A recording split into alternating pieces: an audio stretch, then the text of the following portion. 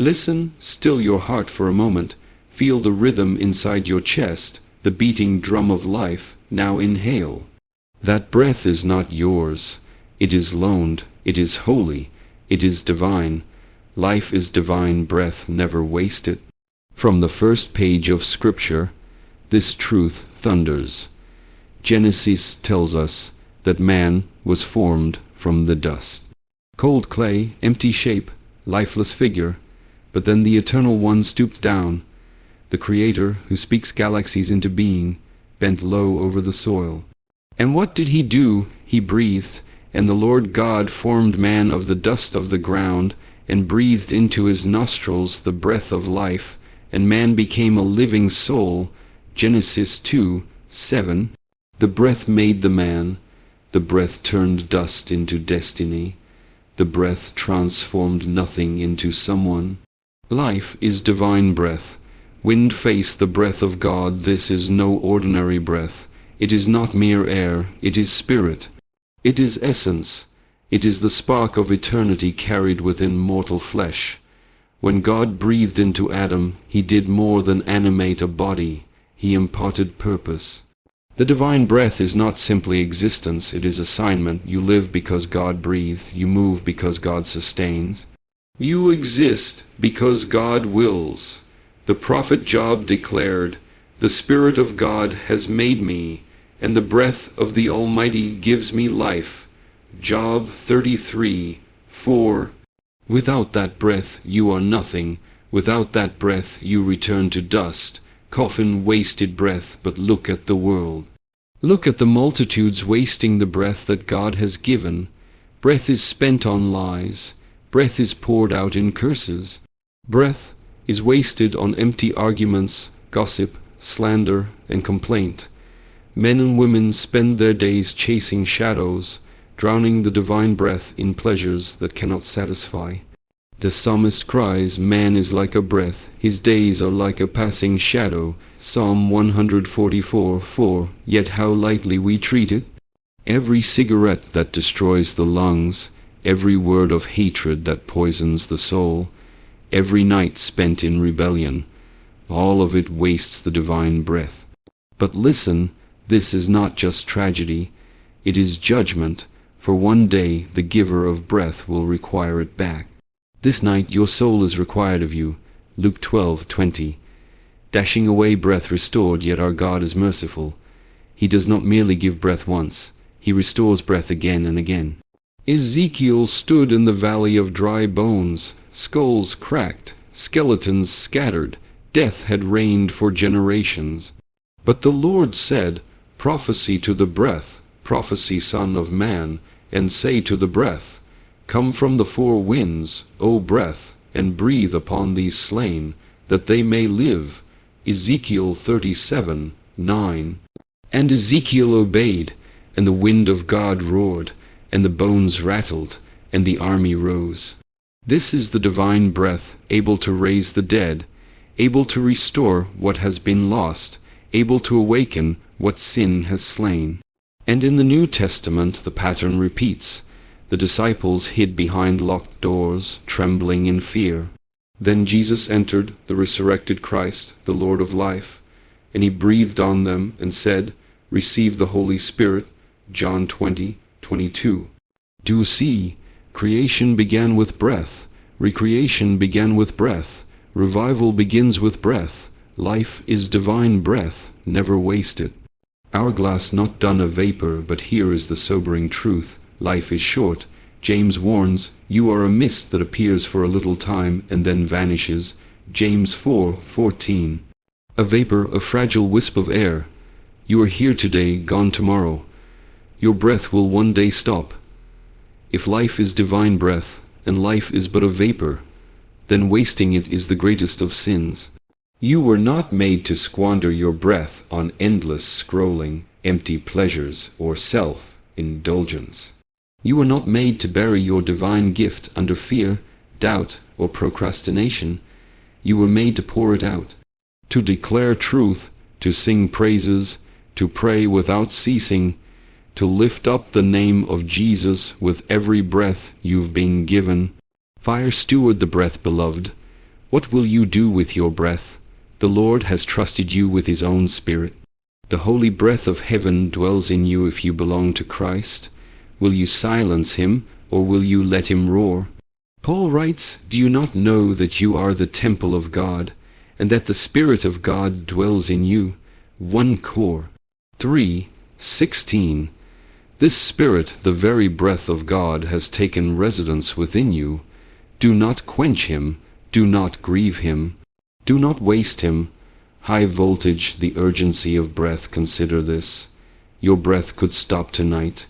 Your life could end without warning. Your final inhale may be closer than you imagine. When your last breath comes, it will testify. It will speak of how you lived. It will echo before the throne of God. And on that day, the only wasted life will be the one that forgot its source. Glowing star, the call, therefore, arise. Leave with fire. Leave with urgency. Leave as one who carries eternity within fragile lungs. Spend your breath declaring the gospel. Spend your breath interceding for nations. Spend your breath singing hymns to the Lamb. For when you stand before him, and he asks what you did with the life he loaned, may your testimony be this: I did not waste it. I poured it out, every breath for your glory, every breath for your kingdom, every breath in the name of Jesus. Key prophetic declarations: my life is not mine. It is God's holy breath in me. I will not waste my days on vanity, but spend them on eternity. The same Spirit that raised Christ lives in me. I breathe resurrection power. Every breath is worship. Every heartbeat is mission. I will die empty, poured out for his glory. Fire, powerful theme. You want me to expand. Every heartbeat is a summons to repentance, into a 1,000-word prophetic piece in the same bold, biblical, revival style voice. I'll build it like this. Opening urgency, poetic, prophetic introduction. The heartbeat as God's mercy, chance after chance. Biblical grounding, call to repentance, John the Baptist, Nineveh, prodigal son, Revelation warnings. Warning against hardened hearts, the brevity of life and certainty of death. A prophetic call to turn back now. End with declarations. Fire, every heartbeat is a summons to repentance. Listen closely. Can you hear it? The steady thump inside your chest. Beat, beat, beat. Each sound is not an accident. Each rhythm is not your doing. Every heartbeat is a sermon. Every heartbeat is a warning. Every heartbeat is a summons to repentance.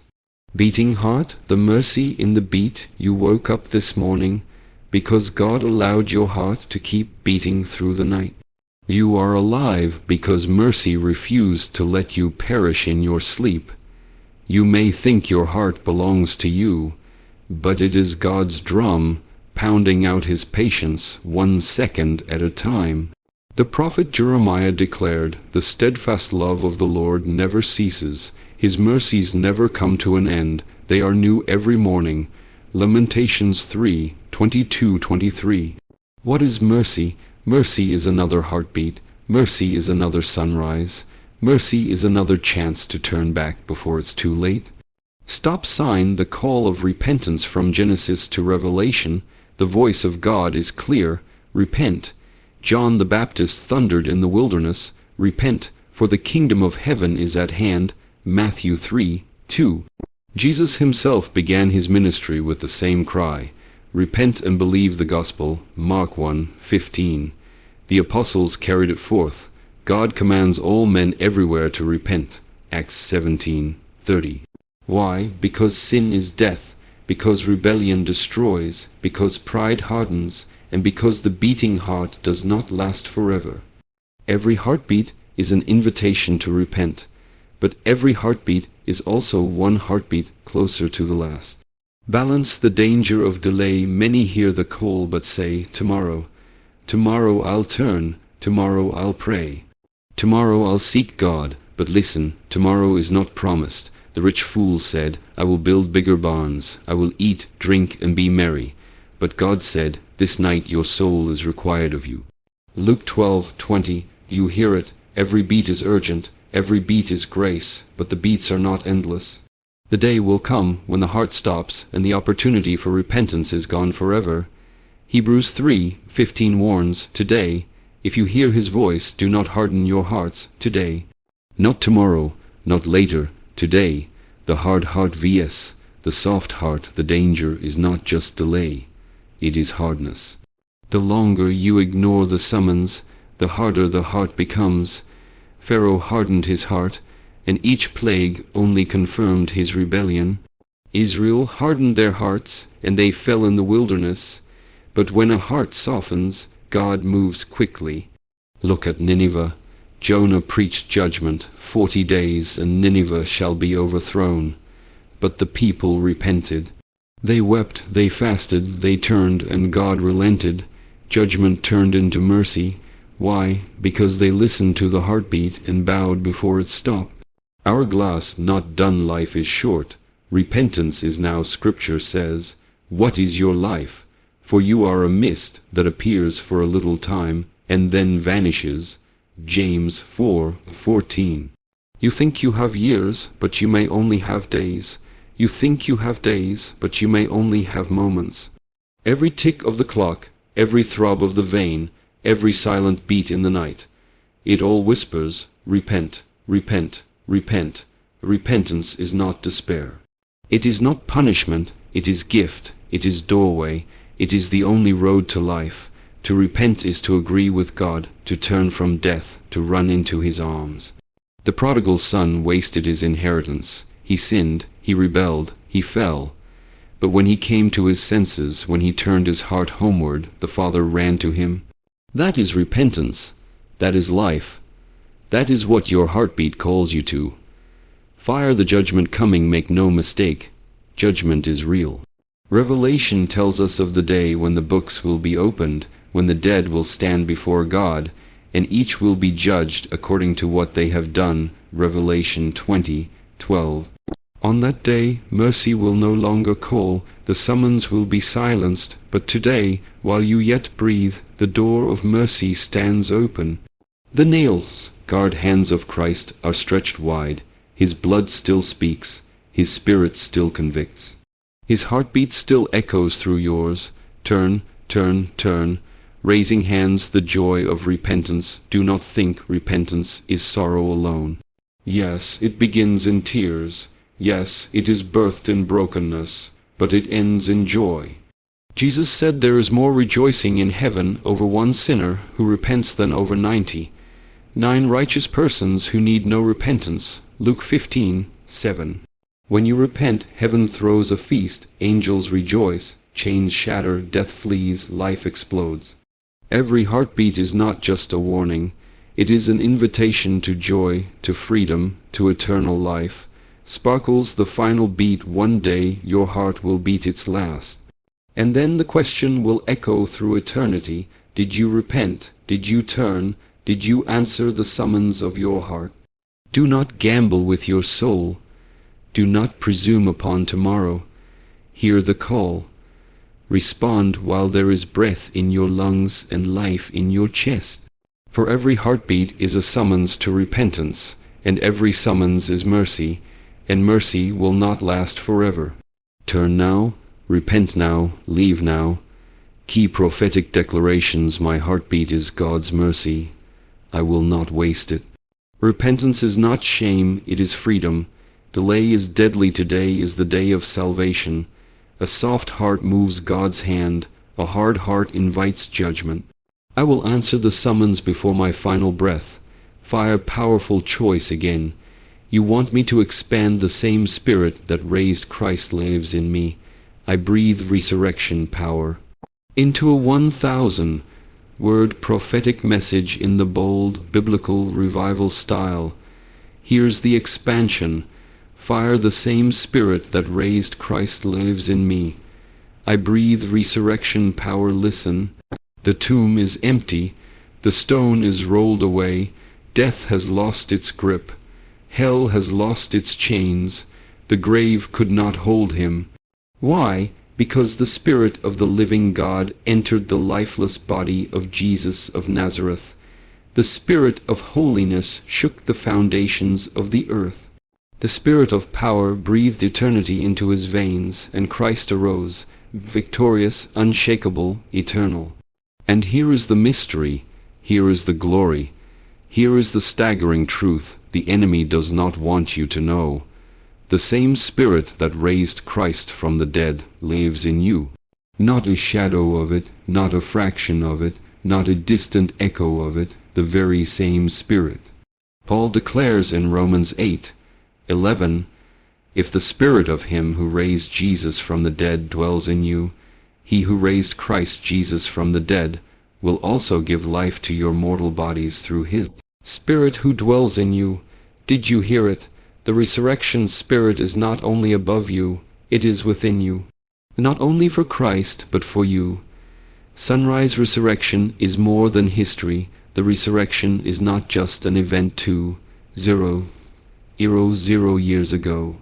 It is a power alive today. It is not a memory. It is a current. It is not locked in Jerusalem. It flows through the veins of every blood-washed saint. Too many live as though resurrection is past, as though it was victory for Christ alone, as though we are destined only to crawl, stumble, and drag ourselves through life until heaven comes. But Paul thunders otherwise. The Spirit that raised Christ lives in you. Resurrection is present. Resurrection is active. Resurrection is your inheritance. High voltage resurrection over sin. What does this mean? It means sin no longer has the final word. Addiction no longer owns you. Chains no longer define you. The grave of shame cannot bury you. Romans 6:4 proclaims, "Just as Christ was raised from the dead by the glory of the Father,